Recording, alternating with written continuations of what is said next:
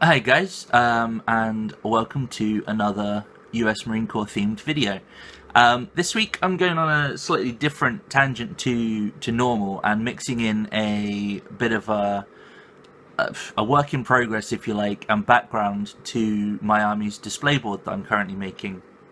Now, I will caveat this and say it's not finished yet. However, it will probably be done by my next video, as I'm sure Mr. Bose will attest to. Terrain making does take its time. So what am I making? Very simply, I am making an airbase that was captured by the Marauders in the war, and sort of representing that as my display piece, really.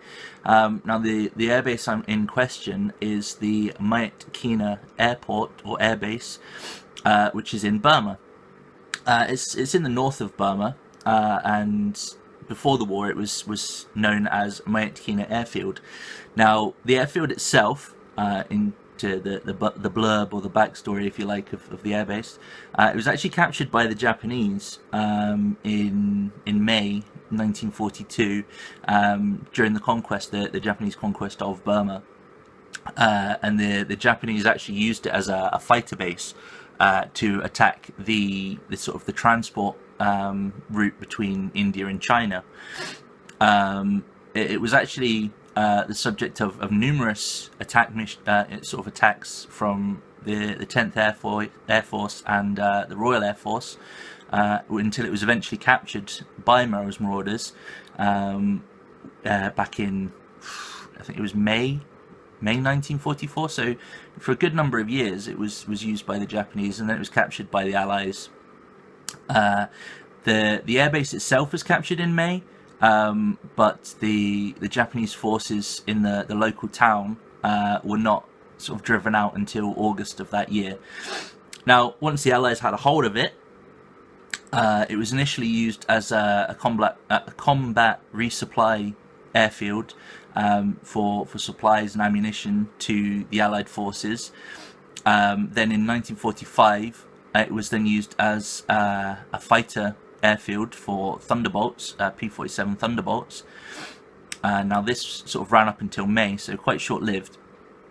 And then it was taken over again as a sort of supply cargo type airfield.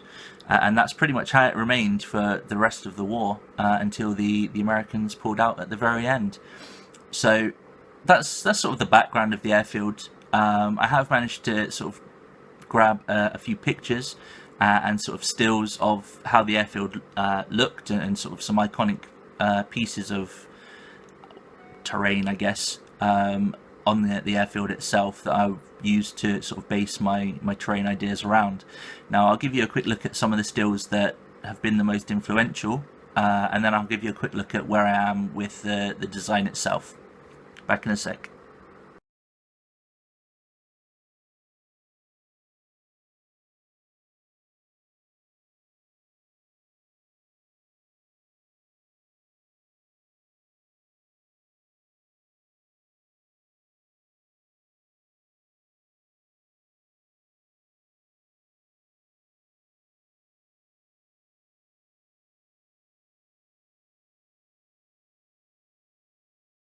Okay, here's the 2x2 piece itself. As you can see, I've got some rough sketches for some areas on it.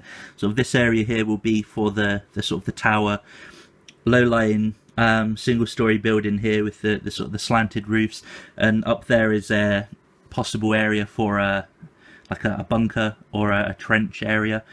I have this sort of lower lying area which I will fill up slightly, but this will be used as one of the runways, and I need to file down that area over there. But that's sort of the board itself. Now I have actually finished, well, I've nearly finished building the tower, so I'll give you a quick look at that as well. Okay, here's the tower piece that I've been working on. It's, as you can see, it's still at the very early stages, sort of just getting the framework ready for it. Got a bit of the cardboard on there to represent the corrugated roof, and the sort of three-tiered ramp going up behind it. Hopefully it looks quite similar to the picture. I'm quite happy with how it's looking. I just need to sort of add detail work to this, really, sort of get a fence running up the sides, and then a fence on the sides here as well, and then sort of get it painted. That's pretty much it for that tower. And as you'll have seen from the reference pictures, it's pretty straightforward, basic. A couple of areas on the top, and yeah, that's my terrain piece for that. So back in a second. Okay, well that's pretty much it from this video from me this week. What can you expect from me in my next one? Well, we're getting some reinforcements, a mortar team, I believe, a special character, and a transport for the mortar. So I'm really looking forward to getting those and adding them to the forces.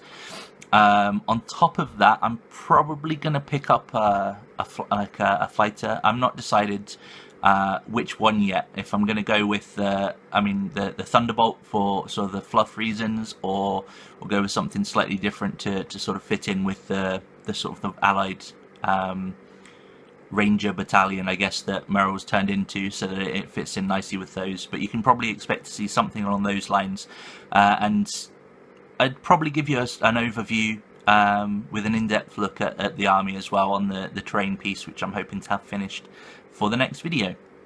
So that's it for me. Up next, what have we had? I think it's actually Dave up next. Don't quote me on that, but I will hazard a guess that it's Dave. I think we had Mel just before the video, so look forward to that. And yeah, I'll catch you on the... well, it'll be the live show first, so I'll catch you on the next live show, guys. Thanks for watching. As usual, any comments, suggestions, ideas, inspiration, leave them below. I will always check the comments, and I'm still pretty new to this whole historical warfare thing, so if anyone has any sort of insights that would be of use to me, then I do really appreciate it all. Thanks a lot, guys, and I'll catch you next time. Cheers.